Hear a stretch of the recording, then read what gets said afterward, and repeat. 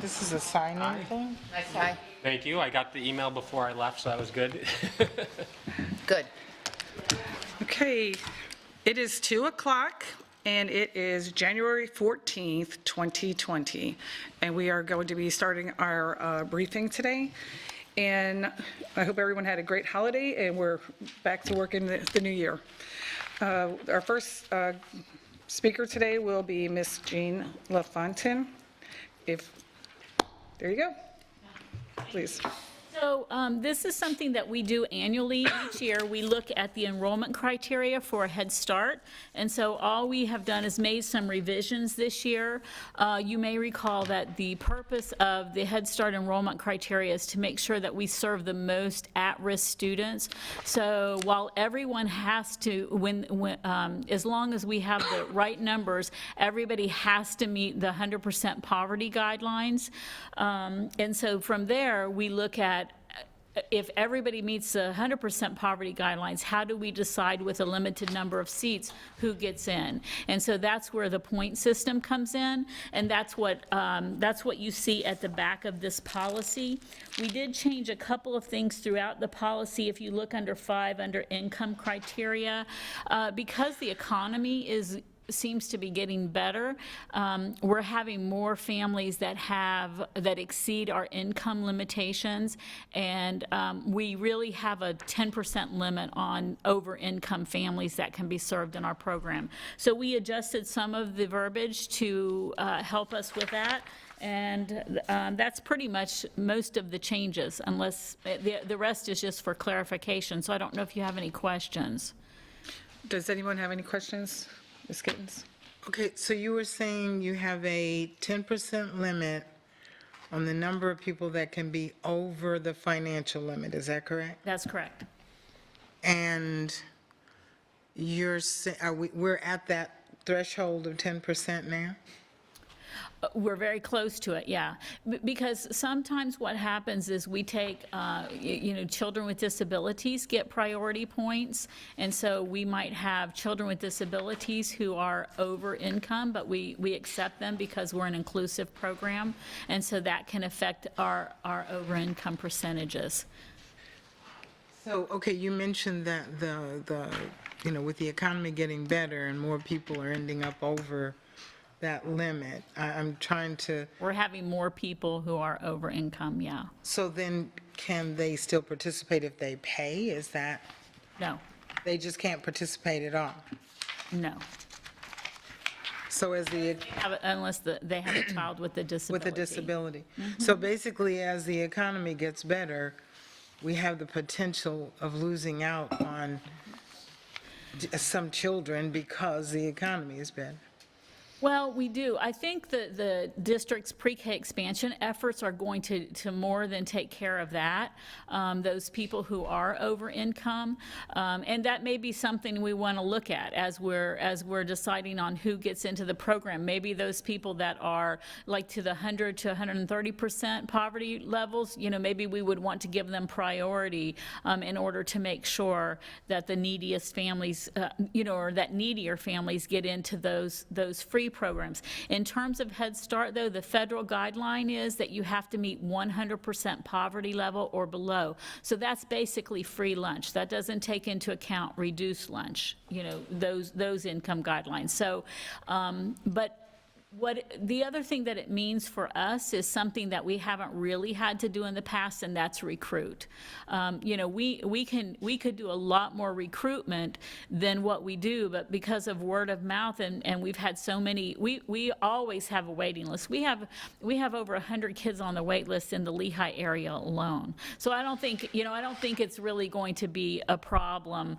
We're just making sure that we get the neediest students in, and those are kids that have poverty, that meet the poverty level, but then have additional risk factors. Yeah, I just want to make sure for the record that we are careful to not exclude children just because, if a parent ends up working 2 jobs to make ends meet, and that puts them over a threshold, so therefore they can't. Well, I will tell you that the federal guidelines do allow for us to go up to the 130% level as long as we have openings. So as long as we have served any child that meets the 100% poverty guidelines, then we can go over to up to 130%. Okay, thank you. I would just say, I kind of agree with what Ms. Gittens is saying, because, and I know it's federal, so we're mandated to a certain extent for what we can and cannot do, but we definitely want to make sure that just because they make $1,000 more, a lot of times we lose people in many different ways, not just education, but those people are like the forgotten people, and we need to make sure that we're not forgetting those students. That's where state VPK dollars would come in. Right. That's where school readiness dollars would come in. Those are state dollars that, school readiness dollars, are on a sliding scale. You may or may not know that. But families who qualify for school readiness dollars can go to any child care facility throughout our district and take a voucher, and then they might pay on a sliding scale. So they could pay as little as 60 cents a week up to $10 a week or whatever based on their income. So, I mean, there are other options, but the federal Head Start program is really for those students who meet 100% poverty guidelines and below. Well, thank you for explaining that, because I know that there is that VPK, and I thank you for Yes. those who Yes. don't know that. Yeah, and that's Ms. still Ms. Vaughn? available. Yeah, as we expand our early childhood education and VPK programs, now that's a half-day program, isn't it? Yes, VPK Okay. is only for 3 hours a day, that's correct. Okay, so then. So we are need to lobby for planning- more, are- just saying. Are we planning to offer extended daycare at our sites where we have the VPK? And if we do, will that be on a sliding scale, or just, you pay what the going rate is? Yes, all the conversations that we've had to this point have been that students will be able to come for a full-day program. We're going to look at a variety of different options on how to make sure that we can offset the funds needed for that. So yes, there would be a parent pay piece. There would be children that possibly are eligible for exceptional student education, and so that would help pay for that. So yes, definitely, we're looking at that as a full-day program. And do you know when that's going to be put into place? Will it go for this coming school year, the Well, next our school year? plan, the hope is that it will open at James Stevens. Right. That's the current talks right now, that it will open at James Stevens between August and January. The goal would be August, but a lot of it is going to depend on the pace of the renovations. Because And we're so in the we'll see. registration Yes. time, starting yesterday? Was it?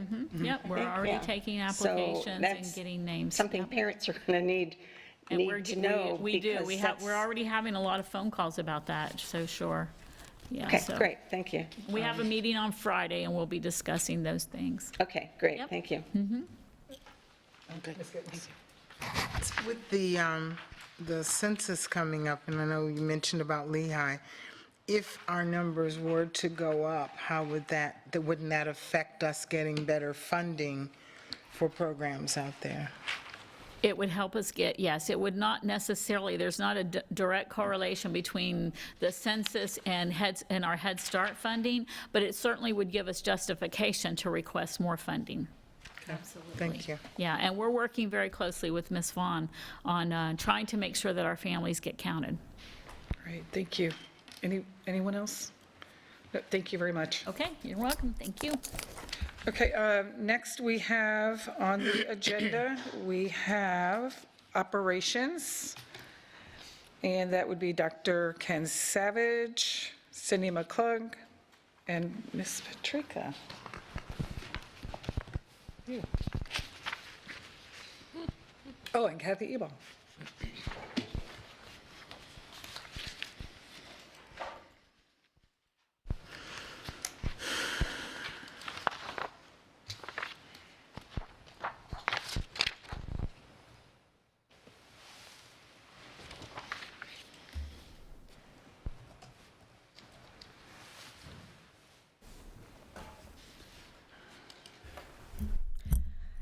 Good afternoon, board members, Dr. Atkins.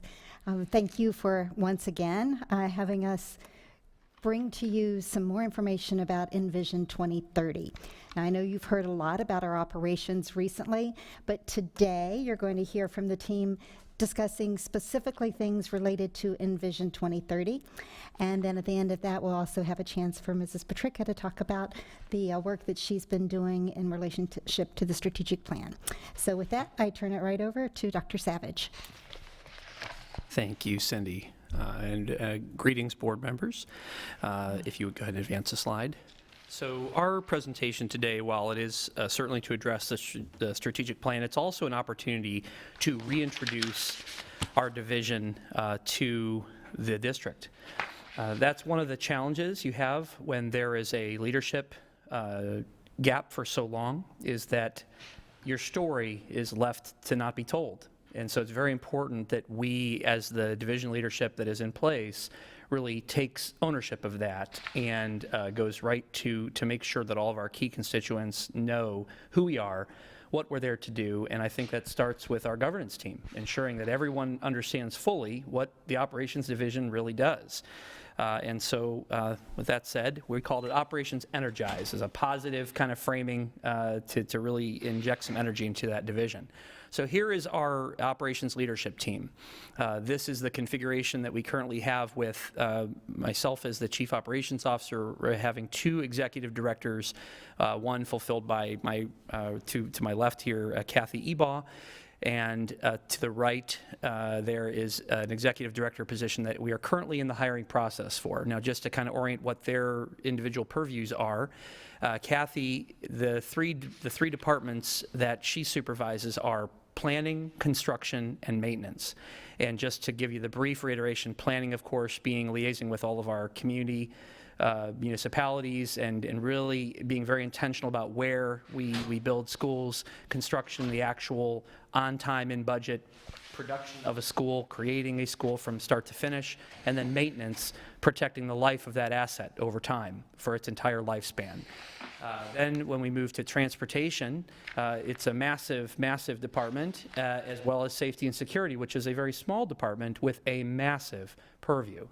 So what I'm going to do first is go over just a little piece of each of those departments, just a single slide for each one, just so you understand what those are. If you go back one quick, I didn't want to omit one of our recent additions, Linda Jo, our coordinator in this area. She's division-wide, and we are so grateful to have Linda Jo as one of the aspects that she has really been able to help is coordinating across the entire division, as well as improving our effectiveness in liaise with the superintendent's office, our interdivision coordination, which of course is substantial. A lot of our work in the division, we have to work with all the other divisions, and so having someone who is so experienced in such a variety of leadership throughout the entire organization, I cannot tell you enough how just tremendous she has been since joining our division, as well as being able to understand the inner workings of the school board office in that particular piece as well.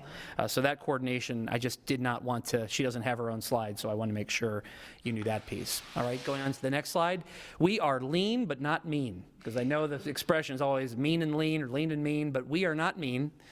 We are very lean, though, and this gives you a sense of what our executive, from a director up level, looks like for our division across the entire organization. So what you'll notice there in operations, we have 2 executive director positions, one, of course, which is vacant, but in the hiring process, we have 5 directors supervising the largest total division personnel.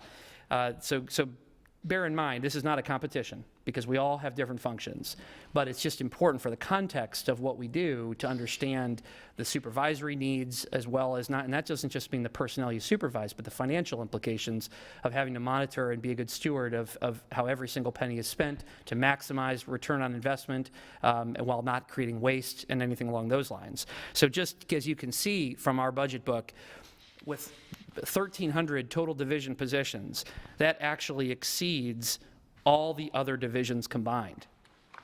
Now, from the other piece is, we supervise the largest total division budget.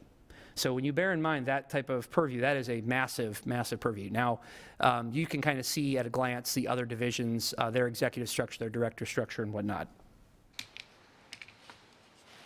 Okay. So let's start with the planning department, because really it all begins with planning. First and foremost, Lee County is 1,212 square miles, which is massive. But we, by student population, we are the 32nd largest school district in the United States.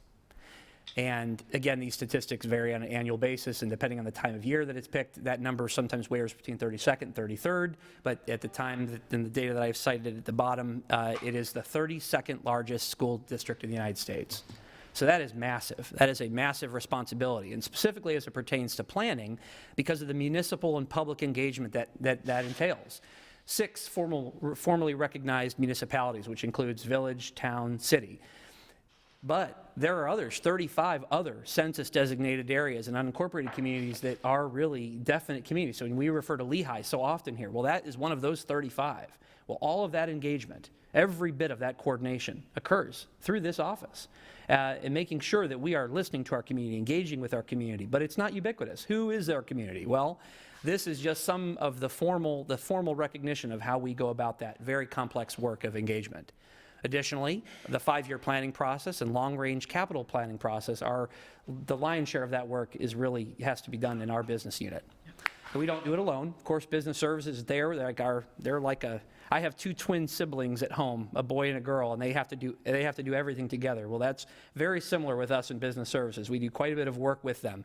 That's why when we are often at meetings, you'll see we have to address things together, because all the financial process, they really have such a heavy critical role in that piece. But some of the processes are very much we take the lead, such as you've heard many times, the CIP. Well, that is one of other planning processes, formal planning processes that we are bringing to try to ensure that the district is systematic and process-oriented, as opposed to personality-driven or who is the squeaky wheel.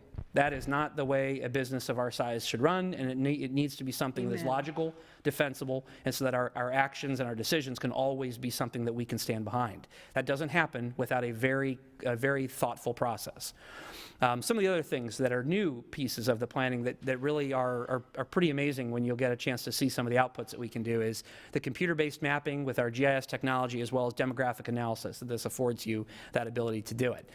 It's also about projecting enrollment, managing utilization. Now, some of the elements that aren't as glitzy but are very vital for our operation is the SREF, FISH, work plan, COFTI, plant survey, the Florida Building Code. These are all elements that are very comprehensive and require, in some cases, formal reports that have to be filed, incredible knowledge that must be known, and really has to be immediately accessible to the individuals in these key roles, because you don't want to find out about it from a state auditor. You don't want to find out about it from a denial. You want to know these things at the outset so that all of your plans are thoroughly vetted against that type of knowledge base. So I can't stress to you enough, if you can see what we've crammed into this one slide, the sheer scope and magnitude of the planning department. Next, that follows up with taking that vision and making it a reality through the construction department. So here's again some of our key statistics. We anticipate, and again, this number can fluctuate based on growth, but over the next 5 years, expected costs well over $500 million. That's a very small team, a very small group of folks. It was only 6 staff in the 1920 budget, with graciously a new staff member added to split some of those capital and food service projects.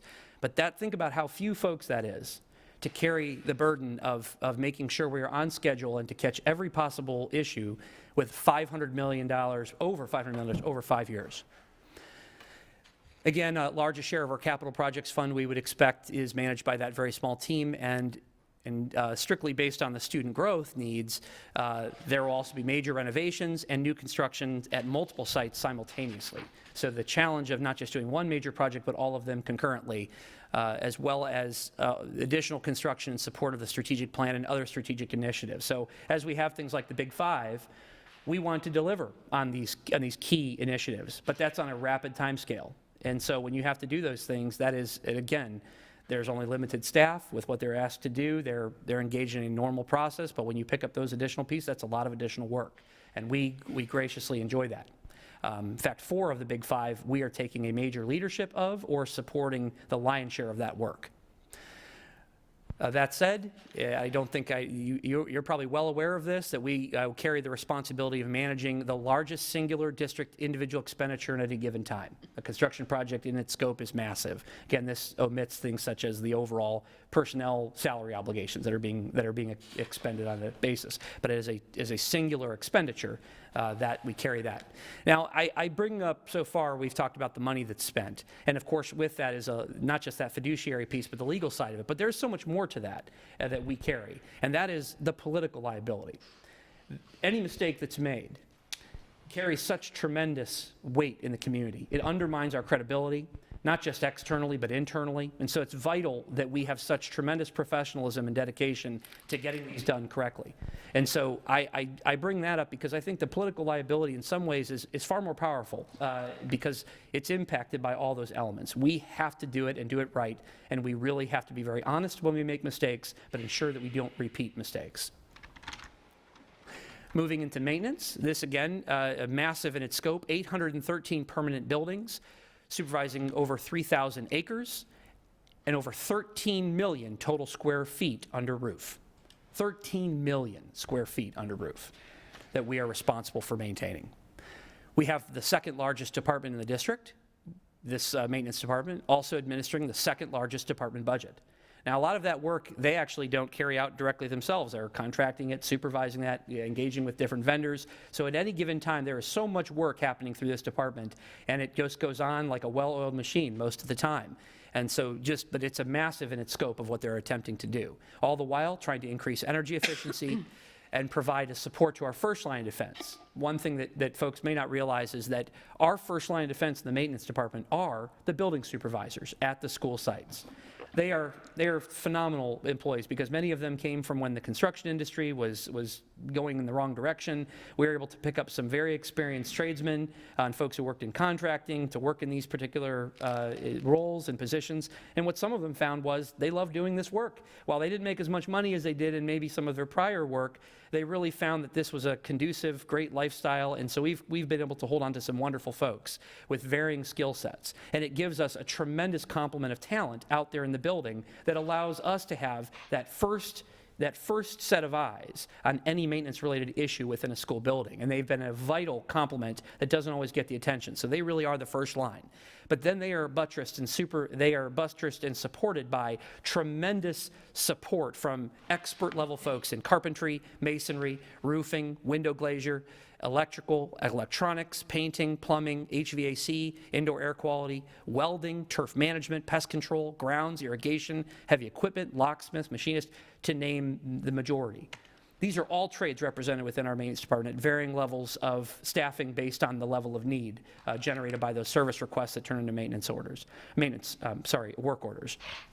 And so the bottom line here is all of this is happening every single day, oftentimes 7 days a week. Even over the holidays, some of this work continues to occur. Folks who are working with contractors and having to monitor this work. It is always happening. So it's a really tremendous thing that they are balancing, and it is quite a balancing act to do so, and constantly trying to save as much money as possible, which they take to a full. So exiting what we like to call the three-legged stool of Ms. Ebaw's world, those three departments, we move into our largest department, and that is transportation. This requires supervision of the largest district department by personnel. We have the sixth largest daily bus fleet in Florida, 728 buses with roughly 55,000 students transported daily and almost 7,000 bus routed stops. 68,000 miles traveled each day with students aboard for our system. Annually, that's over 12 million miles. So after instruction and plan operation, it also constitutes the next largest district annual generated fund budgeted expenditure at $61 million for our 1920 budget. So we're not talking just the scale of personnel, the amount of students being picked up and dropped off safely each and every day, the amount of buses on the roadway, the stops that they're stopping at, the communities that they're going in and out of, the overall mileage footprint, the fuel that expends. This is a massive, massive operation. And also, all while we're doing this, delivering currently, and this again, these numbers are actually, should be higher than this. We have a significant issue with a few of our schools and their GPS, their ability to track this information accurately. And so what we do is we err on the side of having it count against us. But under this, so this is a conservative numeric target, a conservative performance metric. 96% of our student delivery since the beginning of the school year has been on time, 96%. So when you think about the scope of how many students and all over, and you know what the traffic is like here, some of which was out of our control, but we're constantly adjusting routes to try to address that piece, 96% on time for our AM student delivery. And again, it's actually slightly higher than that if you, some of these, the anomalous schools that I don't extract from that calculation. But in the afternoon, even with our seasonal traffic that began, 87% on time to the PM bus arrival to the ramp. That means the students are able to dismiss and get onto their bus and leave their ramp within the time parameter associated to it. So with those kind of metrics, performance metrics that we can now track, and we are striving to improve that to get so that we can remove those kind of few anomalous schools that keep that number from being 100% precise. But that's something that we can go back and we can look at individual buses in a way that we never really could before. This is all something that is a new innovation, and it allows us to increase our efficiency. And I'll show you an example of one of those reports later on as we get to that piece. Last but not least, safety and security. So I start out with a very humbling statistic, which is that shortly after Marjory Stoneman Douglas was something that was very present, not just in Florida, but really all across the nation, the Washington Post shared a statistic that the statistical probability of a student being killed during school by a gun is 1 in 614 million. Now, in their article, they also put forward quite a few other different probabilities by contrast, so folks could have an understanding of that. It's of course, far lower than the risk of death traveling to or from school, whether in any type of motor vehicle. Significantly lower than catching a communicable disease while at school. Significantly lower than suffering a life-altering sports injury playing sports. Yet, we do not make these decisions based on statistics. We make these decisions because of the emotional gravity that even one child, a single child, or any group of children, as in the tragic events at Stoneman Douglas, that any child whose life is lost is more than we can bear. And so what can we possibly do to do it? But understand, from a risk standpoint, that this is the reality of that piece. Not to mention, the fact is, we have to balance this tremendous risk of balancing crisis preparedness with remaining grounded and focused in our core mission of teaching and learning, and not allow that to in any way negatively impact that process as well. This is something that safety and security has to walk that fine line every day. And unfortunately, in a district of our size, as you've seen in so many of the other slides, it is inevitable that tragedies will occur to us. And the question then is asked, what preventative steps did we take? I had an excellent conversation with a retired law enforcement officer lately, and I asked him, his advice on school safety. And one of the things he said was, you want to make sure that when you go to bed at night, that you didn't just have a single process, that you had a double check and a triple check, so that when you put your head on your pillow, you know you've done everything within your power and then taken additional steps to try to know that you've done everything in your reasonable ability to prevent a tragedy. And then, as things occur, are you responding to them? Are you adjusting your processes when problems and trends become evident? And hope that it is never a loss of life or severe injury that unfortunately, as they learned over in Broward County. So that said, I bring up that sobering reality, because that's the reality that safety and security walks every single day. They cannot be the single source of safety for the whole district. All of us, everyone sitting here, everyone out in our schools, every student who attends, every parent who sends their student to school, every community member, every person who works in our schools, we all must share in this culpability. That we as a community, if we want to be a safe community, we must all do our part, whatever that share may be. And so we ask that that's the type of engagement we want, and it's the type of commitment we want. But we ask safety and security to play their role in helping to shine a light upon those best practices and helping to create those engagements. And I just would have to say that as one of these elements, one of the great benefits that we've had from a horrible tragedy is that we now can say we have a law enforcement official, at least currently for this year, in every single school. And that allows for an additional layer of expertise that now schools have access to that every single day. Someone who has law enforcement training, and there's a significant level of training that goes with law enforcement beyond just being an officer. They are given quite a bit. That now we have that in every single school. And that's one of the key roles that safety and security plays here is on this slide, is liaising with those law enforcement agencies as well as other emergency response agencies. When I introduced you to some of our key staff in that department, they have a variety of backgrounds and various different emergency response. And so it's not just law enforcement, it's fire prevention as well as code planning. There's so many different elements that go into that piece. But some of the other things that safety does is guide the planning for emergency preparedness, response, and recovery, as well as facilitate either delivering themselves or contracting with the approved trainers to do these aspects. A main critical role is assisting school-based teams. We have 2 safety teams within schools, threat assessment teams and safety teams, and these really are the living embodiment of safety leadership within every school building. And so they play a vital role as a support entity for that, as well as the law enforcement at each of those sites. As I already referenced, we do liaise with law enforcement. We also do safety policy, code inspection, and support. And last but not least, we play a critical role leading or facilitating all of our district safety-related teams, which includes the district threat assessment team, as well as working with our law enforcement partners, as well as other ad hoc safety-related concepts that do come into play at that district level of leadership. So again, very small team of folks, and yet huge responsibility at their feet. Dr. Savage, I think one thing you mentioned it to me today was the stressing the importance of the threat assessment teams in terms of a strategy with, related to school violence. Could you let them?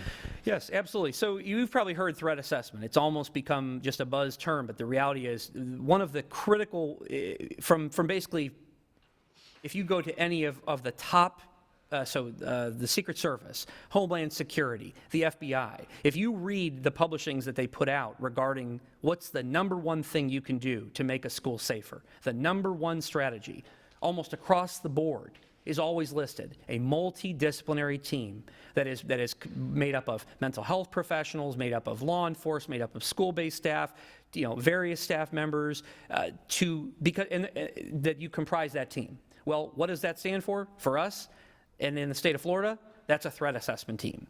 And a school threat assessment team is a powerful unit for a number of reasons. Obviously, because of the varied experiences and expertise of each member that's on that team, as well as their ability to liaise with our district level experts when they have specific issues. It's because they know where they work. They know the vulnerabilities. They know what they can do. They know the students. They understand the challenges of their physical plant. Those are the elements that you really rely on to build that capacity at every single school. And so that's the number one strategy that we are expected to do from a national standpoint, and every document that you will get your hands on will say that. And so that's, I believe, what you're referring to, sir. That just locally, if you hear a threat assessment team, that's that multidisciplinary team. So if you read it in the research or articles, you will always find it. That's just how it is the top tier strategy that they want. If there's one thing that they wanted all schools to be able to do, it would be that. So let's get into the specific objectives that we have within Vision 2030 that are being tracked. And we have one that is an objective 4.4, and that is the decreased turnover of non-instructional personnel. Of course, we have a significant piece of that, as you can see, the personnel that we have within our division. But then we move predominantly into Area 5, Objective 5.1, being our on-time delivery and pickup of students. Our target for this year is 95%. And for 5.2, it's preparing school leaders to execute the critical incident protocols at their school sites. This is a safety-related aspect. Objective 5.3 is completion of approved school maintenance requests, 88% within 90 days. And I just wanted to give an update, in case you didn't see it in the board memo, that same very day you asked about Fort Myers Middle and the cement, maintenance responded to me within 2 hours saying they could have a work crew within 2 weeks, pending if they were able to get the cement approval on that particular. So that gives you a level of responsiveness that they can, that their ability to be able to carry out the type of work and their pride in carrying out in a certain time frame as well. as well as construction of board-approved projects. This objectives 5.4 and 5.5 are both construction. That's 100% on schedule and 100% within the approved budget. And last but not least, objective 5.6, the utilization of school capacity. Our zone utilization rate will not exceed 99% of fish capacity. And this is one that is specifically tethered to the planning department. So you'll probably notice, based on the departments that we just went through with each of those, which one tethers to which one. So the objective 4.4 would apply to all of our departments. Objective 5.1 would be for transportation. 5.2 would be for safety and security. Objective 5.3 would be for maintenance. 5.4 and 5.5 would be for construction, and 5.6 would be a planning function. The idea is that accountability for our division certainly should be, we want to be accountable in every single department. We look forward to future years where we can dig into even more deeper levels of accountability, because that's something that's very important to us, as you'll see in the next slide. Or 2 slides, actually. So we talk about strategy, and that's really what a key of this strategic type of presentation is all about. What is the long-term vision, and what are the short-term goals? Well, it's vital that we understand from a long-term vision where we want to be.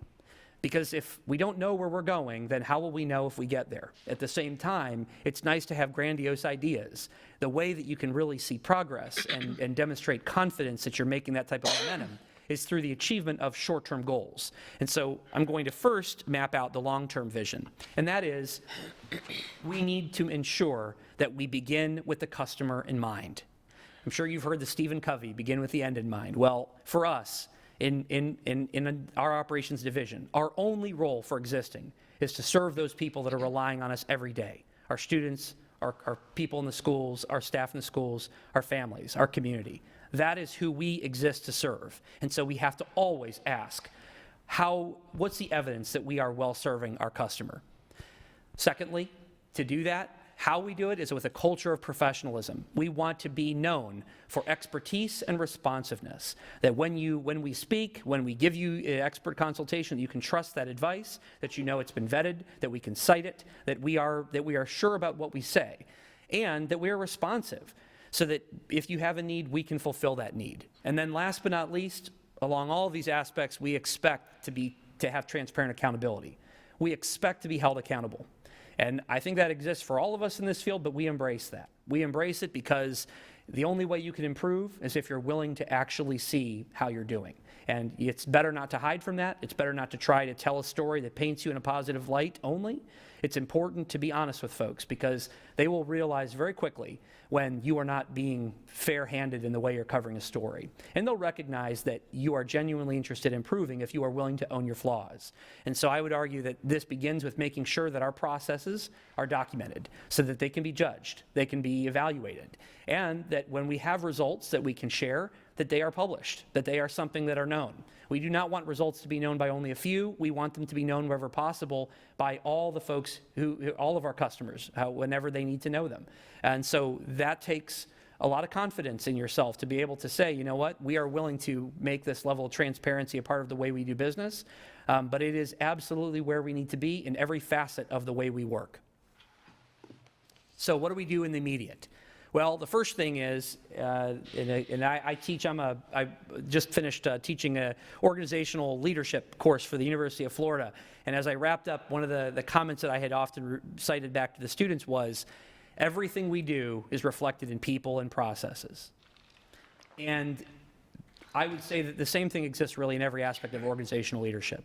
It's about the people we have, and it's about the processes that we employ. In this particular case, it starts with hiring our budgeted vacancies. When there is work to be done and there is no one serving in that role, it is very difficult for the work to get done. That means someone else is either doing it or no one is doing it. And unfortunately, when you have leadership vacancies for a significant period of time, then vacancies start to mount and add up because there is no one to hire them. There is no one to potentially synergize and say, well, could we delete this position? Could we have this person absorb this work? That's work that takes time to do. And if there's no one in that particular chair, then that isn't occurring. So it was very important to us that when we had currently budgeted positions for work that needed to get done but wasn't being done, that we first aggressively go after that and try to ensure that we are not settling and getting a weak candidate, but also making sure that we are, we're not just sitting on a position that, at the state level, one of the things that would happen is if a position was vacant over 120 days, they took it away. just disappeared. And unfortunately, sometimes what we found was it was such a convoluted process at the state level to get folks hired that by the time, we get someone ready to hire 2 months in, they're so tired of waiting, they take another job. And so as I dug in, working with my executives at the top state level, it was very interesting to me that that's why so many positions went to that level. I would say in our case, fortunately, we are much faster at hiring people, but we're at the disadvantage that right now, from an unemployment rate of 4% being cited, I haven't personally seen that report, but it's very difficult out there. Unfortunately, in our planning department, for example, we're trying to get some of the most qualified people, and we offer, we're trying to hire people from out of state, and from the salary range that we're able to offer, we're not able to get them to leave their state to come here, and things along those lines. And of course, we see that in every aspect of the organization, whether it's teachers and anything. So, that's something that we currently have to balance with, but it is vital for us. The second is identifying and mapping our key work processes, even when we think we know them perfectly, and they're a well-oiled machine in our mind. Are they transparent? Are they visible? Have we mapped them out so that other folks who aren't so sure about what we do and how we do it can review it and see it as well? That's vital, because it also allows you to identify areas where there's potential waste and opportunities for efficiency. You can see how many times it touches a different person's hands. Are all those elements necessary? Well, you can't do those things if you don't have them thoroughly mapped out. So it's vital that we do that for especially our most critical work processes. Third is that we establish key success measures and benchmarks to complement those processes. So for every process, there should be something measurable that it puts out for us that we can study so that we can really track and measure improvement. If you don't have those kinds of measures, then you're only giving anecdotal response of how effective you are. Are we really improving or not? Well, you don't really know if you don't have a measurement that can complement that piece. Next, we also want to optimize our division leadership. What is the best way for us to work as a team? And that's something that has been a work in progress since we've started. I complimented Linda Jo just because what a tremendous value add she has been since coming to our division. Because there, as you can imagine, work, if it were always siloed to one department, it would be a lot easier. But the reality is so much of what we do is between departments or multiple departments that have to work together and coordinate their effort and communicate. And, communication is hard in any organization, but it's particularly challenging when something maybe touches 10 different departments here in this building. So imagine trying to keep everyone on the same page and abreast of the most current developments that might have occurred that week if you don't have someone who is really tracking and organized and experienced in how all of those different departments work and some of the timetables that they might be addressing. It's very challenging to do, but it's something that we are constantly looking to do in our world as well. Next, we are re-engineering our communication with customers. So to address that long-term aspect of that customer focus, it's really important we understand how is it that we currently communicate with our customers. How can they communicate with us? What does that two-way engagement look like? If they're not satisfied with the service they're receiving, how do we know? All the elements that respect to that piece, we have to take ownership of that and essentially do whatever re-engineering work is needed to ensure that our customers are being properly engaged, not just assuming that they're satisfied because they didn't complain. And last but not least, and I referenced this at the very beginning, we have to reboot our division brand. We have to tell our story as an operations division. We have to be the ones to own that. We do not want someone else telling it for us. We have to take that ownership. And that is a tremendous responsibility, but it's something that we must do. And that is every single day. It's in every presentation we give. It's in every email we respond to. It's in every conversation, every meeting we attend, to try to help people understand who we are and what we're about.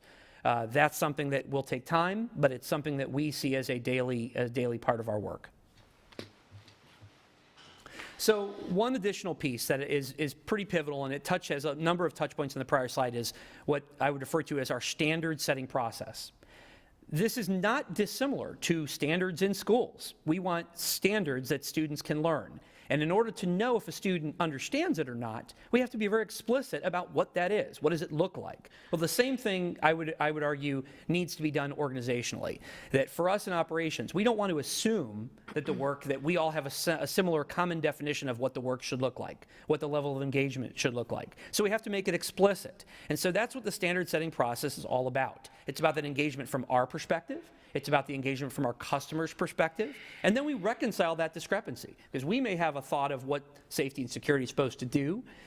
And yet, when you ask the customer, they may have a very different expectation.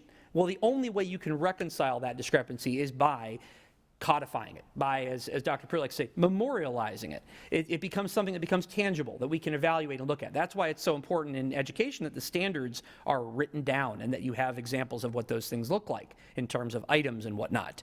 And so the other piece of this is that we develop a performance rubric so that we can really clarify expectations on all sides. So it's not okay just for us in terms of accountability to say, well, we will do this. We also want to clarify for the folks we engage with what we expect them to do. So if we have a school-based team, we expect you to do this. This is what you should be taking seriously. You should be attending the trainings that are offered. You should be doing all manner of things. Well, to take this work and actually make it visible, safety and security was the area that we started with, because safety and security is such a significant breadth of expectation of what they have to be responsible for, that we started there to clarify this. So we have our first full draft of this standard setting that is up for my review, and we're going to be kind of going through that together before we start to bring it to other departments to start to react to. So school development and so forth, so they can start participating in that engagement. It's extremely comprehensive, but it really will allow us to move into an operationalized view of what success looks like from not just a safety security standpoint, but as we hit other departments, really clarifying what the expectations are on all sides. And one last bullet at the bottom there. The measure, compile, analyze, report, communicate. So basically all that refers to is once you have agreed upon standards and a way to measure those, then you continue to measure them, compile those measurements, analyze what it tells you, report and communicate. That's that transparency of communication. And then the PDSA is a never-ending process. You're never done. It's a continuous improvement until it no longer exists for some reason. And so that's always about getting better. Okay? So as far as projects and initiatives, while the other departments in some cases have a handful of projects, our entire way of work in our division is all project-based. So we have far too many projects to possibly list them all. I mean, maintenance alone, you could take a whole PowerPoint just to go through every single one of them. In fact, we do. In our capital updates, you'll have a chance to see some of the noteworthy ones that are occurring from a construction and maintenance. That'll be in the presentation immediately following this. That's the type of routine projects that are occurring every day. So things that I've omitted, things such as the Gateway High construction, our Marjorie Stoneman Douglas preparedness, our emergency preparedness overhaul, things that we're doing that are major projects to us. Those are all things that's routine work for us. But some of the things that we're doing that are a little bit different than routine, things that are noteworthy for a particular period of time, such as the 4 of the big 5 we're either leading or significantly supporting, such as the proximity plan, pre-K expansion, career and tech ed expansion, and the community partnership expansion. So these have cross-divisional work teams that are working this, but we take a significant lead or support role in each of those 4. We also have, as you've heard many times, and even multiple times so far today, the CIP, our new and improved capital improvement plan. This will be a tremendous document for our division to put out. And every single year, you'll have a chance as a board member to have a powerful document similar to our budget book every year. It's a powerful document with lots of great information that you can take out in the community and so forth. But more importantly than just the public-facing aspect of it, is the intentionality that it will demonstrate, that we do business as an organization in a very systematic and thoughtful way. Example of something, could you click on the GPS tracking, the link? So an example that I referenced early about our on-time delivery, well, none of that would be possible if it weren't for, well, okay, if you don't mind, our GPS tracking of our buses. This is something that we continue to try to leverage as passive technology to increase efficiency, and we are even addressing an aspect of it regarding our payroll system. But this is something that, as part of that transparent accountability, that we have a detailed report that we can pull at any given time to show us how our on-time delivery statistics for every single one of our schools, so they can see that summary data. So if you can just kind of zoom in on this for a minute, you'll get a chance of what this looks like.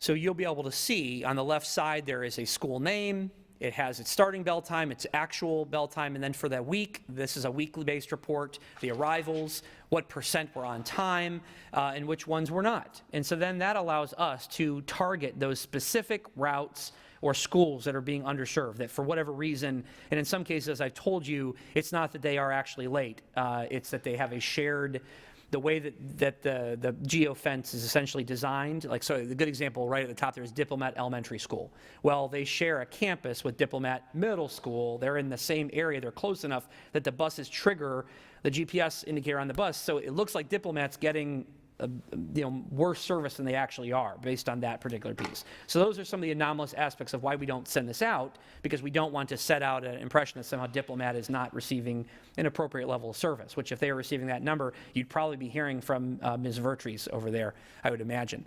So this is just an example of that particular data. If you mind scrolling down, you can see it'll aggregate up into the overall on-time delivery statistics. This can be pulled at any time for us. So if you have a particular interest in a particular school, things along those lines, that's data that we can now do that we could never have done before. We would have had to have people manually tracking these things. This is all a way of increasing our efficiency with automated technology.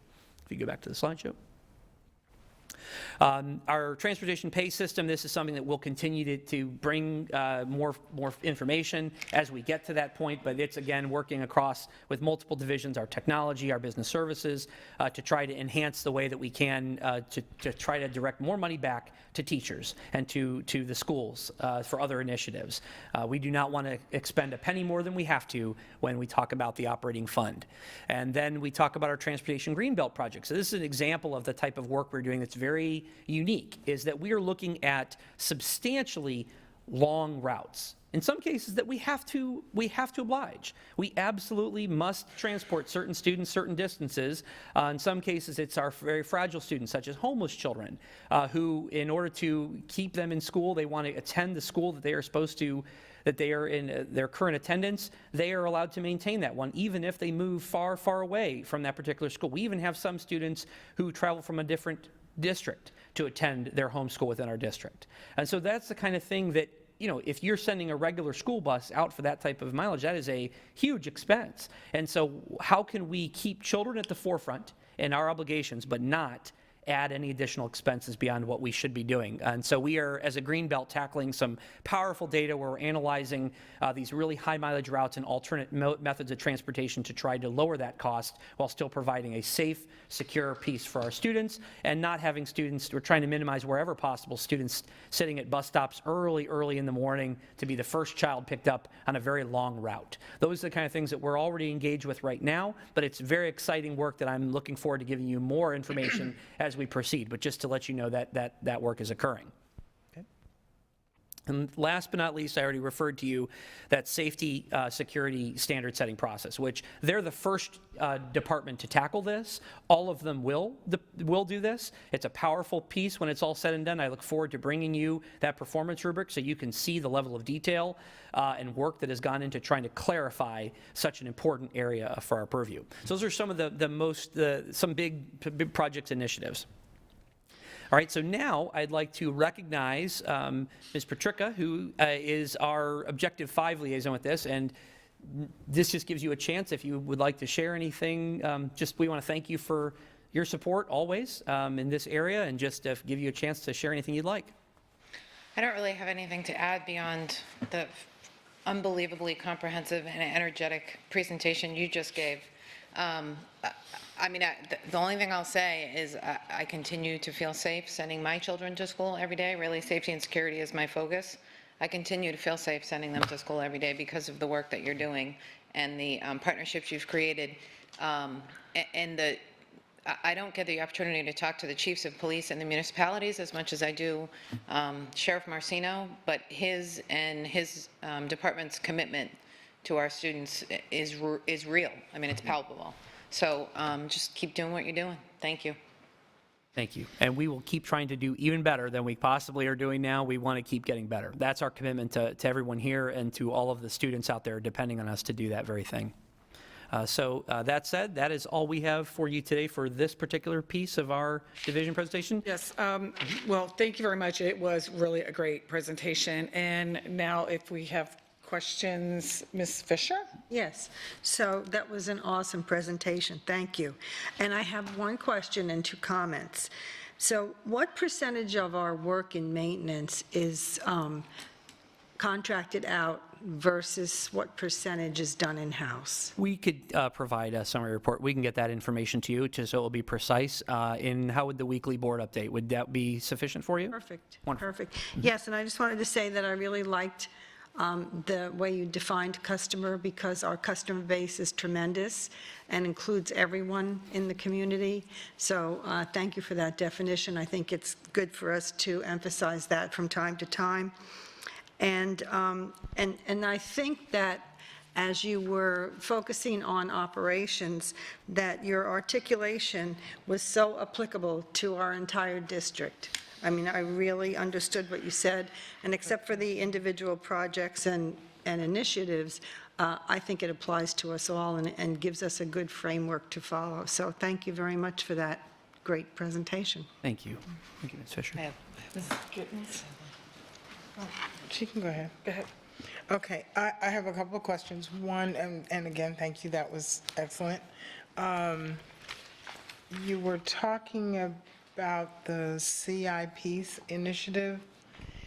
When was that instituted? Has that been in place for a while, that we are able at this point to see the effects of it? Or is that something new, or am I? Okay. Yeah. You may not be used to hearing it in it. Am I there? Okay. There you go. My son will tell you if I don't need a microphone to speak loudly.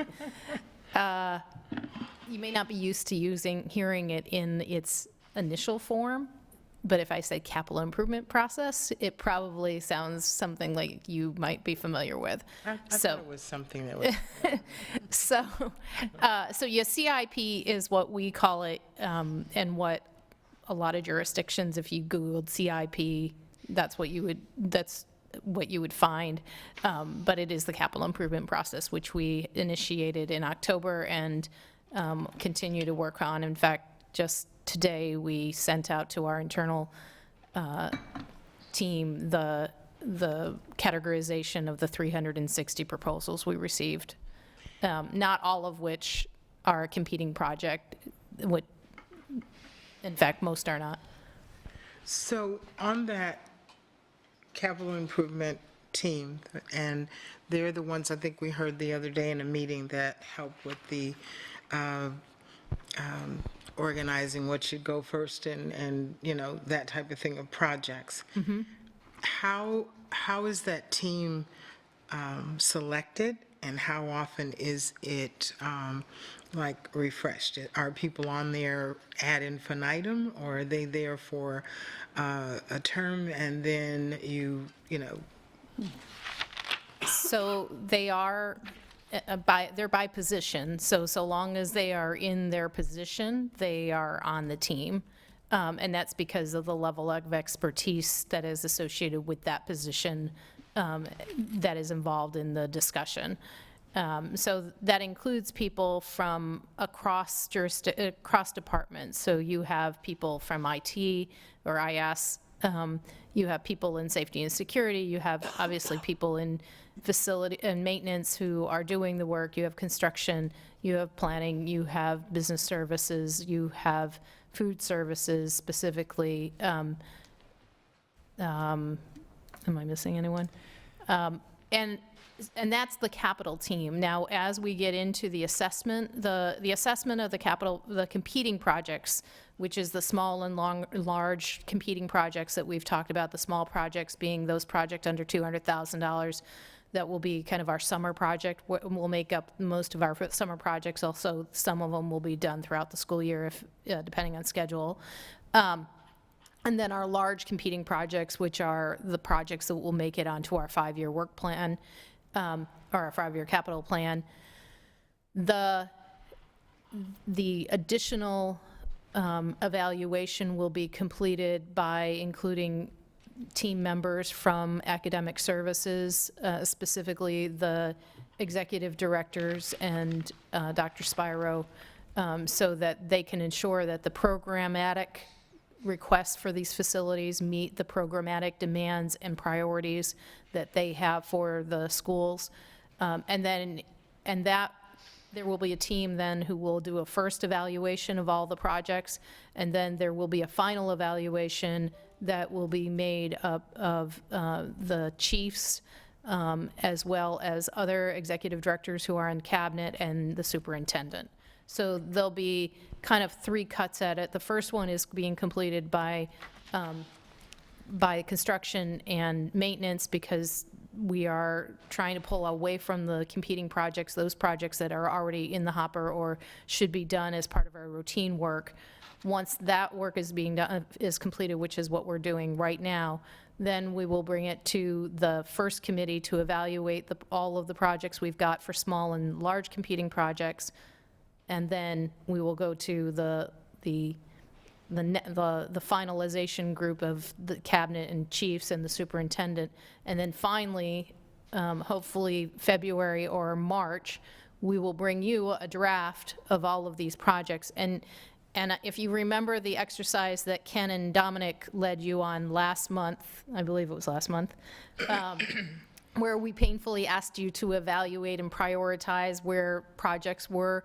Our goal is that when you see the final projects that have been selected for small competing projects and large competing projects, you will see a correlation between your priorities from last month and the list of projects that got selected.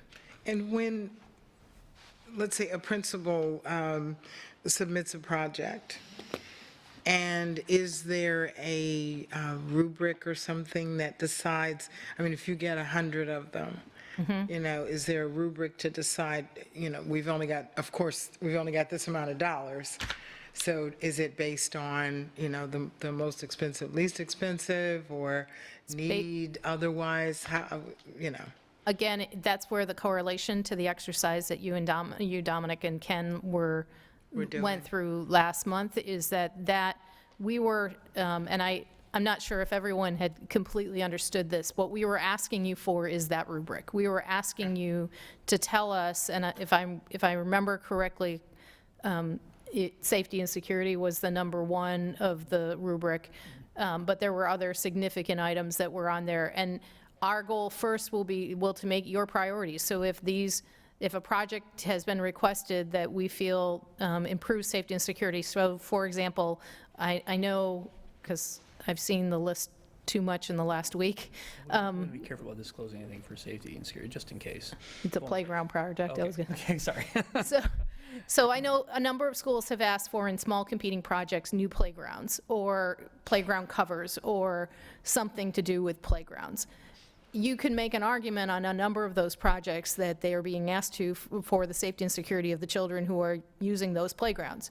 So that would be an example of a project we may put as a high priority, because in order for our children to play on the playground safely, they need to have a shade cover so that they're protected from the sun, or they need a new facility so that the older one, which may have problems with it, isn't being used. Okay, the last quick question. On objective 5.6, you stated that about 99% of the fish projects. 99% of fish capacity. Of fish capacity, right, okay. So how is that 99%? The statement is that we are within 99%. Right. Is that an overall average for the Yes. district? Zone. Yeah, it's a zone average for each of the 3 zones. And what we're saying is, so if anyone's watching this and doesn't understand the acronym, FISH is Florida Inventory of Schoolhouses. It's the number that we use in planning to assess a numerical number to the capacity a school has by classroom. So if you're in an intermediate classroom, you have 22 student stations in it if it's a normal classroom. If it's a elementary, it would have 18 student stations. If it's a high school, it would have 25. If it's a cafeteria, there's a programmatic equation that's determined by the school capacity, overall school capacity and square footage of that campus. So what 99% utilization says is that we are utilizing the capacity of that school to its maximum ability. And can you, offline, maybe later, provide us with the fish capacity per zone? Yes. Thank you. We can do that in the board update, in the weekly update. Ms. Patrica? I just quickly, maintenance supervisor, building supervisors, do they report to the principals or do they report to maintenance or? They report to the principals. We coordinate with them on a regular basis. And we have a dedicated staff in the maintenance department who works directly with them. So when was the last time we looked at potential efficiencies in bringing that making that more centralized? I remember when we did the Gibson report, reading the report out of Hillsborough, there were significant efficiencies found by moving that down to the district level or down to the maintenance department. So is that something we can consider or look at, or am I stepping out of my lane? Is the board asking us to do this? Sir, We can continue to do that. We did look at, and we do this with every single budget year. This particular year, we did look at trying to do some combining, when it comes to some of those type of resources, building supervisor, bookkeepers, things like that, when you look at some of our smaller campuses, and that's something that I anticipate doing again. And we can certainly, evaluate the bringing of that down to the operations team. But we also have to balance that, and we'll report back, when we look at this a little bit further, because the other side of it, of course, is being able to be responsive to the customer. Because sometimes if you embed a resource in a building that actually reports somewhere else, they're not always as responsive as they might be if their direct report is the principal, whereas they have zone supervisors that are responsive to the maintenance department and do the facilitation of the work between. There is a joint model with food service. You have a little of both, where the food service manager has almost like a split responsibility. So you have a reporting to the building principal, but you also have a lot of accountability directly to the food services department, which is a change from like when I was in the building. I just don't know if that's like an eye-popping number, or if it's, I understand the potential pushback and the potential downside, but giving us the ability to weigh and measure the potential downside against, if it's a huge upside, it's a conversation we should have. Well, I know, Dr. Desmores and I had a conversation this morning where she again, as we prepare for the next budget year, we're looking at, obviously, trying to do the best that we can for, on a couple fronts. One is about compensation for our employees, particularly our teachers. And then the second thing is funding related directly to what we've identified as the board priorities and the Big Five and the strategic plan. So in order to do that is we're going to require substantial compromise. And, one of the things that we have to look for is if you have a request, if I'm a budget department, and I'm the director and I'm bringing forth a request, if I don't have additional dollars coming in and we're looking at ways to continue to tighten our belt, then I'm going to look for alternative ways to be able to pay for some of the initiatives I want to do in my department with potentially the existing budget that I have. So if we're able to do something like that, to be able to put more resources into the classroom or into teachers, I mean, that's certainly something we would do as a part of the budget process. So we can do that. We don't have to have direction. I just think that's a good, you can certainly give it to me, but I think it's still something that we should do. Thank you. And just to comment, I really appreciate the bringing up of the food service parallel, because that is something that it is kind of an interesting reporting structure we can analyze in contrast. So we'll certainly be able to provide more information in the future related to that thought. Thank you. Betsy, please. Ms. Swan? Yeah. I have several questions. I'll start piggybacking with what Ms. Patrica said, because it kind of touches on a question that I had. The training, I'm interested in how the building supervisors are trained, and are they hired through the maintenance department, or are they hired by the building principal since they report to the building principal? They are hired at the school level. And in terms of training, we are actually right now in the process. They currently receive training through our maintenance department on a regular basis, as well as other departments who work with them on various components. We are looking at upping that a little bit by adding a quarterly meeting that would evaluate all sorts of items across the district, from risk management to operations, to safety and security, to FEMA assistance. So we currently do work on that, especially in kind of very specific task skill level training, but we are looking to expand that so that we can have quarterly meetings, basically once a year, meeting with them on various components of things that they should at least be aware of, if not working directly with us on. So there would be Unless- like special training meetings and workshops and things that, because I'm guessing, do a lot of them come through existing maintenance workers at a school? Be happy to, so. But they would have to School have hires much them. higher level of expertise, right? So the school does make the hiring decision, but absolutely from an applicant standpoint, the two different sources that you typically see is folks who've moved through the custodial ranks, expert, folks who really know the cleaning aspects. But in other cases, they may be coming from trade-specific type of roles where they have a background in that multidisciplinary piece. It's such a multifaceted job that either can set them up well, but there is a tremendous level of communication between the maintenance department and the school in terms of knowledge of applicants and knowledge of their skills, helping to vet with resumes when requested, things along those lines, or promoting, pushing.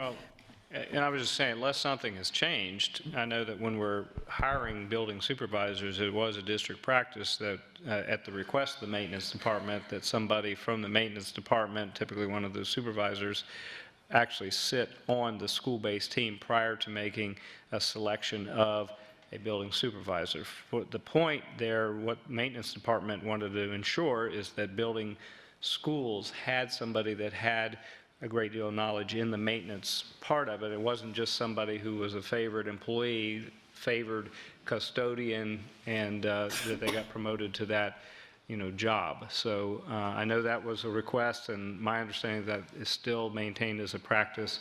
If that changes, I will let you know, but that is my understanding of that's currently what we are doing. That is true, and we also, as I said, we have dedicated staff in the maintenance department who are hired and report to the maintenance department, whose job specifically is to work with the custodians and to work with the building supervisors. So it's not, it's very much a partnership relationship. It's not an independent school-based relationship, and they don't have an interaction with the maintenance department. It's very interactive. Yeah, because I'm guessing they have to have the expertise to be able to judge if a particular issue at their school is something they can solve in-house, Yes. or if they need to pass it on and get more expertise. Okay, and by the way, before I go on with my questions, I just wanted to get that one out since it went along with Ms. Patrica's. We have like It would be, 10 minutes. it would be wonderful if all the divisions had presentations like this, because it really does solve some of the issues, like, well, who does this and who does that, and to look at the pictures. And I also thank IS for working on getting that, you know what I'm going to say, don't you? That organizational chart up and going, and hopefully we can keep it, Updated. well, we can keep it up to date, because I know there are a lot of changes that are necessitated, but once it's there, it's going to be easier. If you don't mind, I have a couple other quick questions. Okay, so obviously you have, in transportation, I know at one point the GPS systems were not working on all the buses. I've had conversations with that, but I'm assuming that that has been solved because you have the data from all the schools. Can you make some comments about, I know there were some very much needed supervisors added to the three areas, the three bus barn areas. Has that solved the problem of, and this goes into the pay, overtime, and really, I'm going to use the word policing the bus drivers to see that they are not taking the bus to their house for a nap for an hour, or, you know, going to Dairy Queen or whatever. Has that solved the problem, or do we still need more supervisors to be able to actually, on a daily basis, take a look at the GPS readings? I'm certainly not prepared at this exact moment to give you the full summary judgment on that particular piece. I would say, just in fairness to all parties, I'd want to really get some insight into, as positions are hired, as they are, you know, then deployed, you know, within the different zones and the different compounds, that there's probably, I would want to entertain not just the quantitative side of what we've noticed in terms of overtime, and it's been you know, we had the break, obviously, so we've had a very limited overall time period to assess that at this point. What I would say is, offline, I will get with our folks in transportation and ask them on an estimate of when we could really put forward a nice summary report in the very near future, as soon as it would be reasonable but also effective to do so that we could give you some better feedback on that. I will also say it's part of a comprehensive strategy. So the supervisory aspect is one piece. It's also giving people the right tools and the right process to ensure that it's being done in the most effective way possible, and that will be an ongoing process. But if we can immediately some rate of return on investment, that would be a wonderful thing that I'd love to share with you of, for the cost of this position alone, here's already savings in terms of things like that. I'd love to be able to share that with you. I just am not prepared at this moment, at this time, to do that. But I will get back to you on that Am I right, time though, one of the duties of a supervisor would to be on a daily basis to review and make sure, not just sign off because people are so overworked, but to actually, I see Kathy was nodding her head, to, on a daily basis, look at GPS readings? When we asked for those additional supervisors, it was to do exactly that. We had morning supervisors, we had PM supervisors, we were looking for a swing shift supervisor. But it not only is it not, those positions are still in the process of being hired. Remember that those positions were officially approved in December, so then we went on break. So we're still in the hiring and training and bringing them up to speed phase yet. So while we can't wait to tell you the results of that hiring, it's a little early yet to be able to do so. I'm going to guess that it's a good paying for those supervisors is going to have a good return. I have one quick question and then a comment, and I'll be done. We've had a number, you know, you were talking about open positions and that sort of thing. We do have we've had a number of consultants. I know we had one for, and I always forget, what was John Pratt. John Pratt. I know he was here for a while, and now we've just had the, again, I forget the name of the company. No, the company that's doing the proximity school consulting. Do we have any current consultants besides the company that's doing the proximity consulting In work? terms of kind of guidance types Yeah, of. coming in to, give extra help in areas where you need help. So I don't know how you would classify that, but certainly within the construction and maintenance departments, we have what we don't call them consultants, contractors, but they are definitely outside assistants. And we hire them both as both on project basis as well as, we'll hire a architecture firm to do a study for us about the building efficiencies. Or we will hire, I know for a fact, we just did the resurfacing of Lexington Middle over the break. Actually, it was done by the county as part of our interlocal with the county, but they hired a contracting firm to do that work on our behalf. So we use outside consultants, contractors for any number of different projects, both because of their individual expertise. Laying a floor, refurbishing a floor is not something that we have those skills in-house to do, or because we want the additional expertise in guiding us through a very important project like the one that's on the board docket to get approved for the proximity plan. Yeah, So and- it just depends, but yes, we use them across the division in various components. Yeah, and it seems to me that in many cases, that's really cost-effective to, when we don't have to have that level of expertise on a full-time basis, because we did talk about that at the last board meeting. And one final thing, a comment. Yes, safety and security is so important, but I want to give my view on the idea of who the real team is. The teachers, the support staff, and yes, even the students, because it's see something, say something. And we also have to include that we need to have the mental health piece. We need to have that because we have so many students who are bullied and pushed to just a point where they can't take it anymore.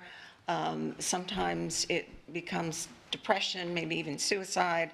All of that, that's why, and I know Ms. Fisher's probably the same way, that is such an important piece to have those mental health people in place.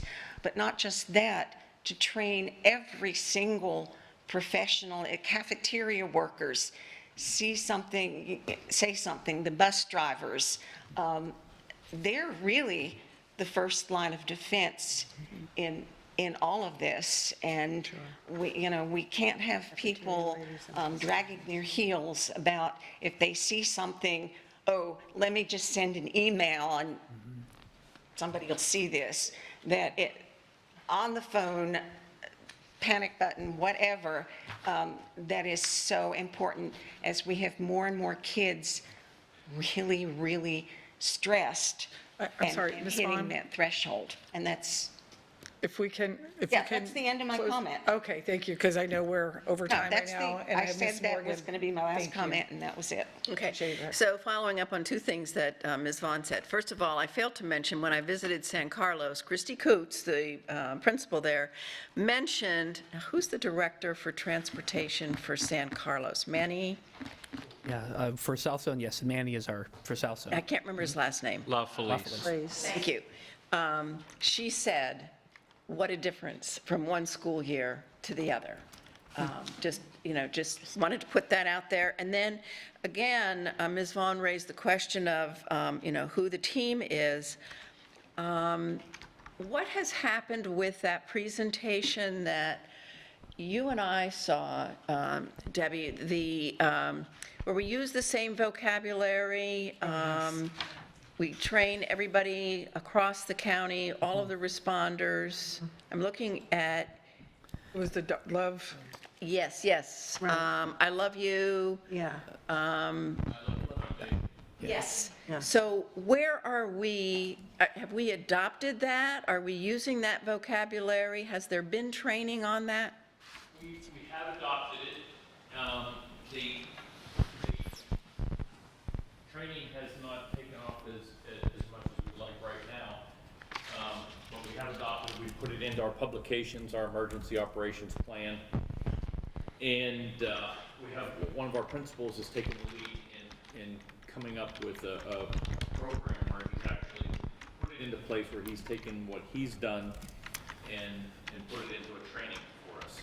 Okay. And right now, it's just a matter of getting it to the principals at their Foundation. one of their meetings, one of their trainings. The reunification, that was Tom Millens, basically but that will be evidenced within the performance rubric that I referenced earlier about the standard setting process. So within that piece, when a school takes ownership and is delivering the trainings, things along those lines, kind of clarifies that piece. But in addition to that, specific training programs, we expect a certain level of implementation. What's the evidence of how many staff have been trained? Has your entire threat assessment team been trained with this new protocol? Those are the kind of things that create that level of mutual accountability that as we offer great resources and great training, that we expect people to take advantage of that, and our way of kind of demonstrating that is sharing that data. Which schools have the most people trained in this protocol? Because that's kind of the issue, is there's a lot on people's plate, so clarifying for them the expectation that this is something you must have and that it should be evident in your plan that you're developing your school site. If that helps, Yeah, that's connect exactly the what. dots to that piece. Yes, thank you. So, and what your comments sort of helped me segue into what I wanted to say as I was listening to this presentation. First of all, I thought it really was a clear picture. The PowerPoint was a clear picture of the work of the district, and I really did appreciate it. On the other hand, I didn't think we needed to go through that before we got to the strategic plan part. We're trying to get away from reading PowerPoints, and I would have liked for there to have been more content with respect to strategy on your short-term goals. For example, one of them was higher budgeted vacancies. What is the problem? How do you identify the problem or analyze the problem? And what are the proposed solutions you're working on as part of your strategic plan?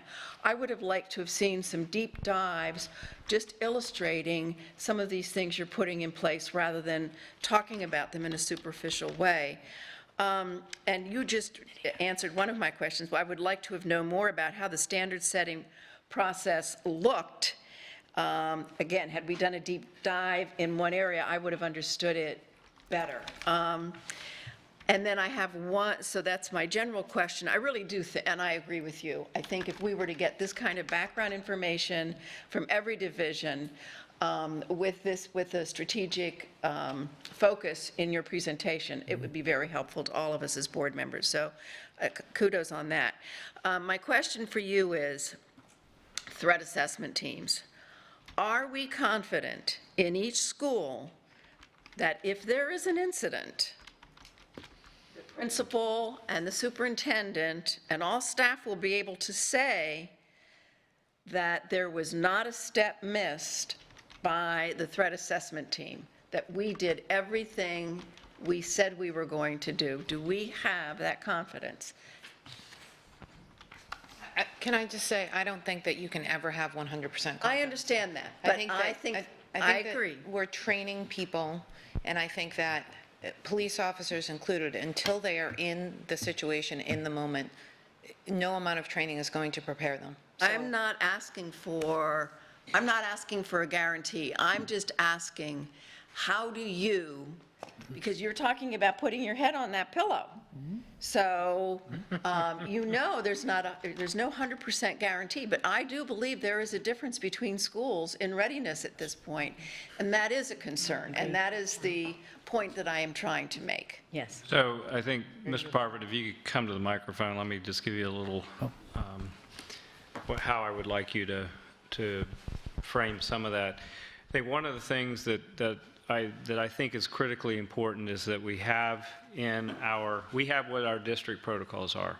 So in terms of what we're required, I think we just saw an example at a middle school, and anytime you have a situation like that, it's going to give you cause to go back and thoroughly review, did we do everything that we could, and what more could we have done in terms of following our protocols, and is there a place where, you know, in this instance, not all protocols were followed, and how do we follow up and review that? So that's one, is by whenever there's a situation, is review it. The second thing that I think is the more proactive approach that we've asked staff to do is that we are working with Rick's team in combination with our academic services team to actually conduct, and this is where Mr. Mangan comes in as well, to conduct site visits to evaluate our readiness as it relates to our district protocols.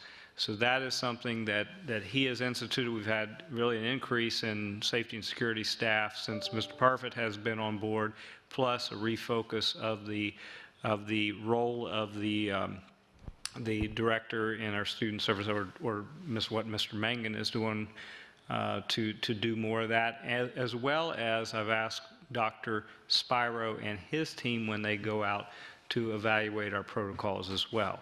You hear me often at the principals' meetings, and this is something that actually my entire tenure getting up in front of them and talking to them about the importance of active supervision and protocols in buildings in terms of hallways, bus ramps. You've heard me talk about it ad nauseum, but I don't think with the turnover that we have, I mean, we have people that come and go in these administrative positions at a school level, that reinforcing these behaviors continues to be critically important.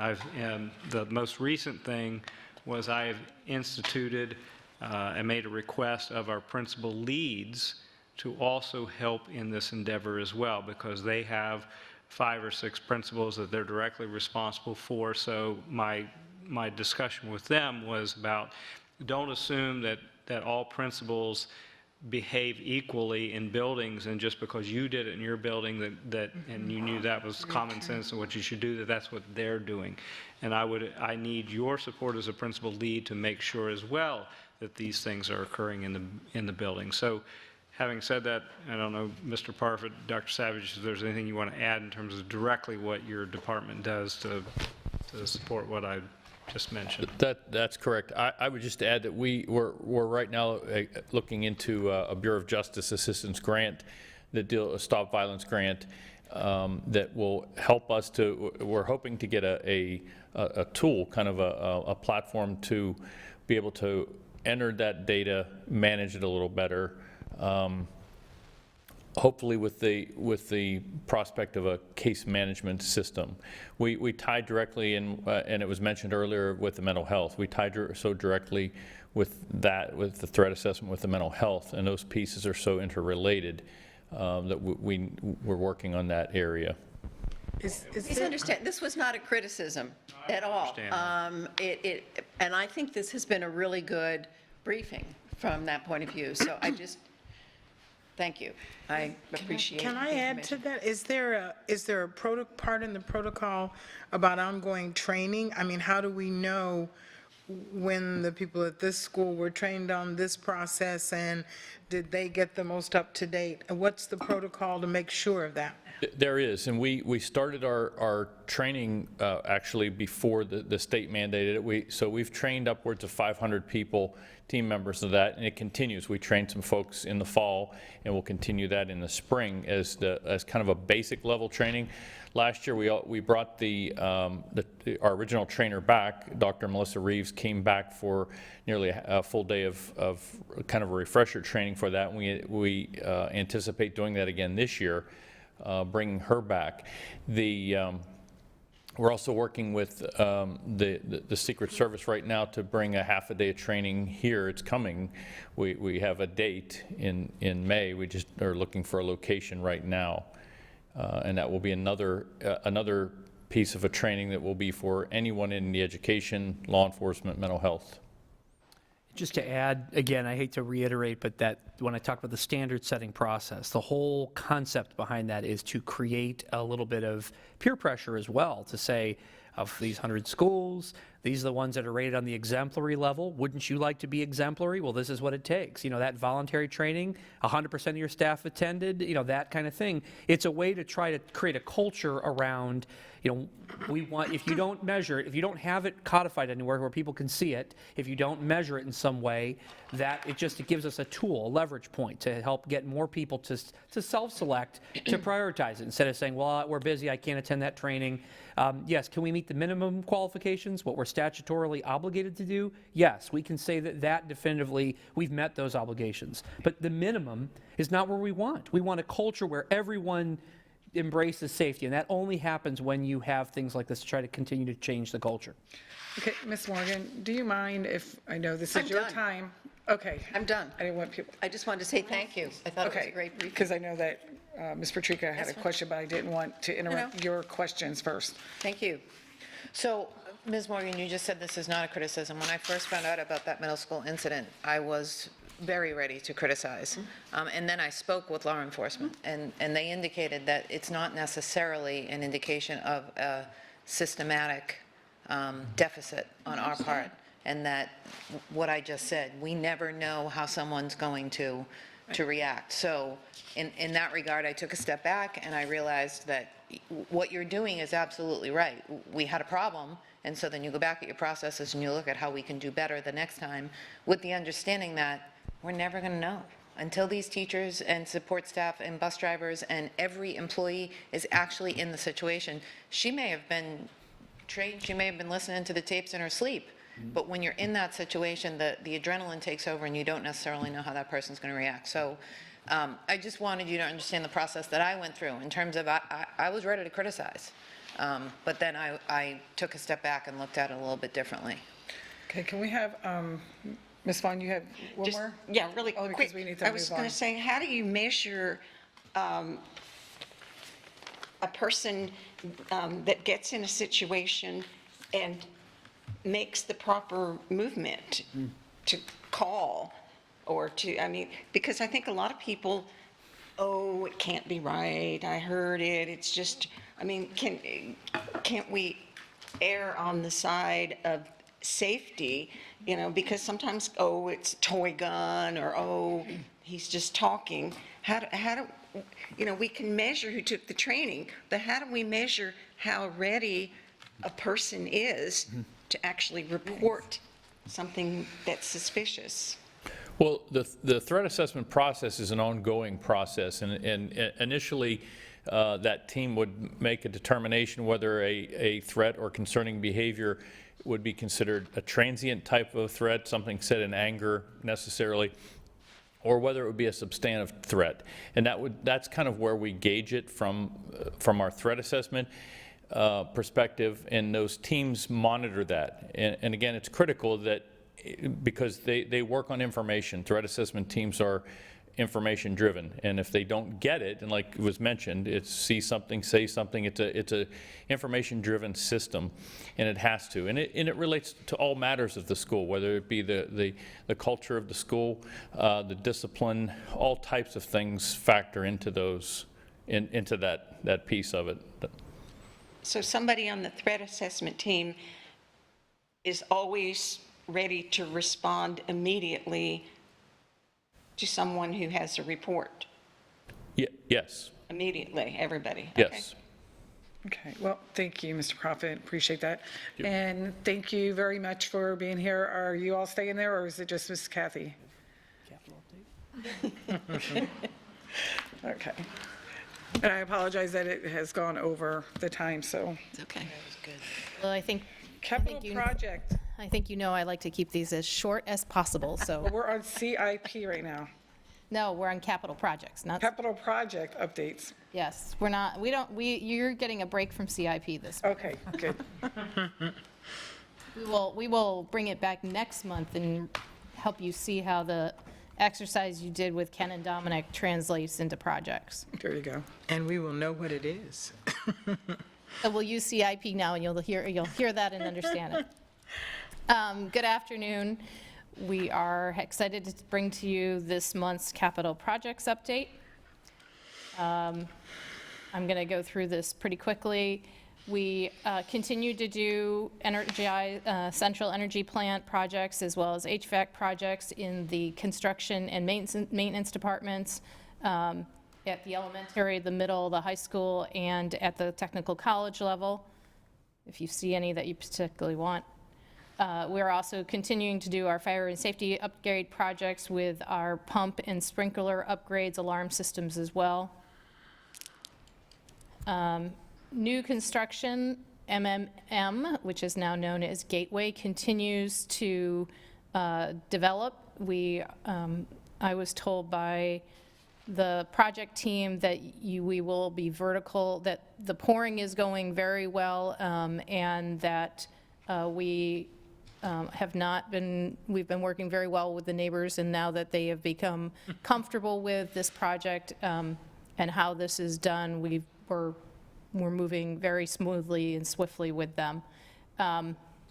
You will start to see the vertical of building A walls in February. So look forward to seeing that work done, and the storm and ponds structures around the baseball fields have been constructed. So if you've been out on, if you pass by the building, the area. You're seeing a lot of changes, and you're going to continue to see some significant changes between now and February. which is the new middle school in the East Zone. The guaranteed maximum pricing is on your agenda for today, and we are looking forward to breaking ground this spring. Some of our renovation projects, we have some Lehigh Senior, the building, the new addition is, the final payment is being processed, and the external audit will commence shortly.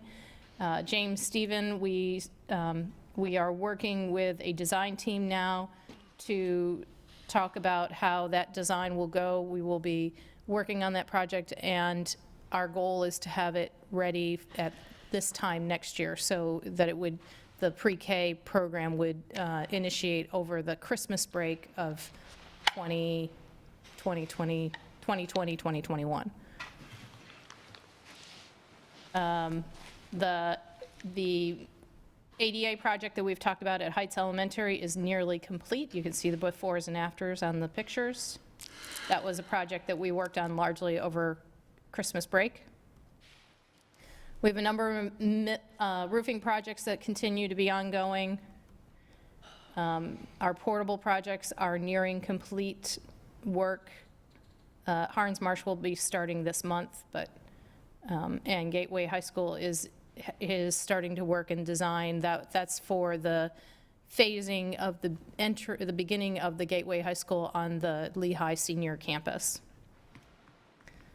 Proximity, you'll be you'll be voting on the contract for our consultant at today's meeting.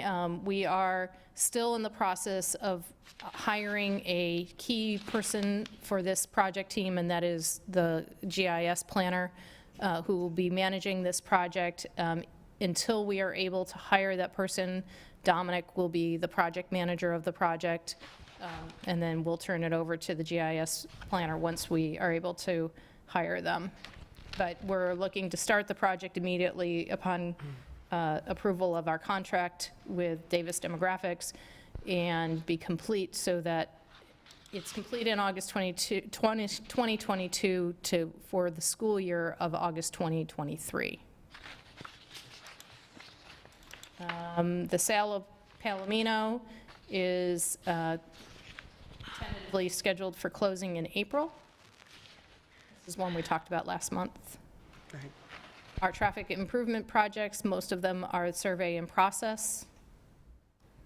And then we have some other projects. We have some intercom project, we have some electrical projects, we have some window projects that we're working on. And you asked about if we use contractors or consultants. Almost all of the work we just talked about is being done in collaboration between us as well as contractors.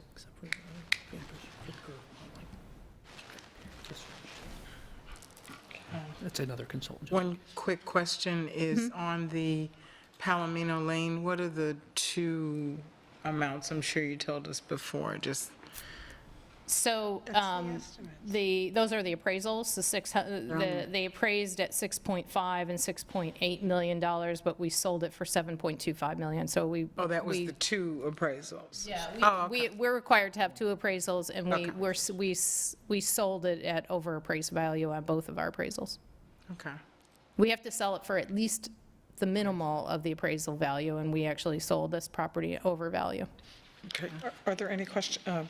Ms. Giovanelli? What was the original purchase price on that property? Do you know that answer? We submitted it in a previous board, but we can submit it again. I don't remember off the top of my head. Either. Just curious. We can submit, we'll make sure that gets again in the board weekly update. Okay, thank you. Is there any other questions? No? Okay, Ms. Ebal, you're doing the change order? Questions? There are no questions. Oh, I have, and on that one as well. Are there any questions on the change order? I can bring it up if you want it. I don't think so. Maybe. Okay, does anybody have any questions on the change order? No. Going once, going twice? Doesn't want to open today. Did you have? Ms. Morgan? Did you? We No? had it, so Okay. we don't need to see. We have it, and so we thank you so very much. It's been a pleasure. Thank you. Good afternoon. Thank you very much. And so now we go to public comments. Is there anyone here that would like to speak? School board policy provides the opportunity at this point in the meeting for members of the public to address the board concerning any matters on this briefing meeting's agenda. The subject of comment is limited to those items on the agenda. The time permitted is 3 minutes per speaker, and we have no cards at this time. All right, thank you. Okay, do we have any, let's see, comments from the attorney? Do you have anything to share today? No, nothing until later, yeah. Okay. Superintendent, did you? Nothing for today. Okay. Ms. Fisher? No, I'll save mine for later, thank you. Ms. Giovanelli? So I prefer to give my comments in the afternoon as opposed to the action meeting. So I've got a couple things. I am saving one remark for tonight, but I wanted to update the board on the evening under the Shadowwood at Estero. That raised $47,000 for the arts programs at schools that serve Estero students. Nick Bedos every year, puts that together and taps his resources and his connections to come out for our kids. And I think most of us were there. And I think $47,000 is a lot of money. So I'm incredibly grateful to him for the efforts that he's put in to that community and to our education system. I love the Civics in Action video. Did you all see that? Remember when we sat here and we learned about civics and we said, the public isn't necessarily aware of what we're doing in our classrooms, and they put together this very engaging video. And so yet again, Adam Wright and the communications team hit it out of the park. I wanted to talk about graduation rates, and I had a really long, really lazy, chocolate-filled break. And when I came back from break, I was greeted with those graduation rates, which really made it easier to come back. Year after year after year, we're seeing an increase in graduation rates. That 0.9% increase represents 63 more students, 63 more children who were able to get across the finish line that weren't able to get across the finish line the year before. Is where we are perfect? Absolutely not. But I think we're moving in the right direction, and I think that no one on the administration or on this board will stop until we're at 100%. I do want to point out Shelley Taylor's efforts in sort of setting the direction of where we need to be going with graduation rates in conjunction with the people in the schools who are sitting with the students one-on-one and making it happen. And really, this to me indicates, you talk about Shelley Taylor, you talk about teachers, you talk about people sitting with students, but it's kind of like an indication that we as an organization are like an engine that's firing with all cylinders going, because this is the fact that we're getting students to school on time 96% of the time. It's a reflection of maintenance, providing appropriate learning environments for our students. It's an indication that communications is getting parents and community members more involved in our schools, right? So we can't really point to any one thing for this success. I think that it's an overall success, and I'm really, really happy and really proud of those increases. And I think those are the only comments I wanted to make this afternoon. Thank you. I will ask if all of us would be willing to stay after tonight's meeting with our red on for a group picture, please. And I know that red is being brought to us if we didn't bring red. Ms. Gittens? Nothing now, thank you. Ms. Vaughn? And Ms. Morgan? Okay, so a couple of things. First of all, just wanted to comment for anybody who's interested, FGCU is doing their 2020 Attain to Retain, which is an opportunity for high school students to go to FGCU and learn about the challenges and how to face them, particularly if they're looking to go to college. And then the other one is their 2020 STEM Academy. Students have the opportunity to learn about different fields from faculty and professionals. And I guess my question on that is, is that also in Peach Jar, Lauren? Does something like that go in Peach Jar? I can ask Irma if it is. Submit it. Closely anymore since I don't oversee it. They'd have to submit it. I mean, I think these are things that families should be aware of and should, you know, anyway, just throwing it out. Okay. I'll get a contact information from you and you can reach out to them because if they have flyers, they'll go out to our families. Great. And I think generally we should be trying to do that with some of these things that their partners are doing. Let's see, the CSI, Continuous Systemic Improvement Committee met last week, and one of the things that we were asked to do was to pick out, from the committee's point of view, the long-term Envision 2020 goals, top 5 that this group saw. And they picked decrease instructional turnover, increasing the number of business and community partners involved in CTE programs, increase the number of students who perceive there's an adult in their school who cares about them, and completing the sales tax referendum projects on schedule within budget. And I know they said that the cabinet was also going to be having a conversation about what were the top 5 for 2030. I don't know, have we done that? We have, the As the big, board, the governance team done that? I think it's top 5 for 2030. We've done it That's in what- terms of this year, you know. But I mean, 2030, have we done that? No. No. Okay, I was just curious. And then the last comment I want to make, I'd like to understand a little bit better how we're going to handle the legislative agenda for this year. I think Carol's doing a terrific job giving us information about everything that's out there. For example, House Bill 2849, the Comprehensive Health Plan, she mentioned has been referred to various committees. My question is, should we as a board, as a governance team, or as a cabinet and governance team, be reaching out to the members of committees that will be hearing this particular bill? You know, is there direction? And then similarly, there were some interesting bills mentioned that Carol doesn't discuss, and I don't know, or I should call it capital strategies.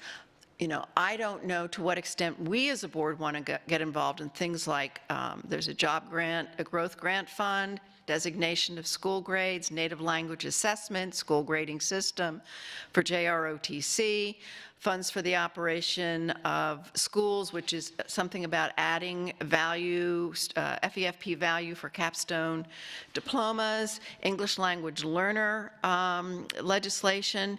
You know, how are we going to work with our legislative liaison as a board and as a team to support Carol, to support our own initiative, and to get involved in initiatives that other districts or other legislators have brought forward? So I'm not asking for an answer today. Well, no. I'm just saying I'd like to know if we have a plan, and, you know.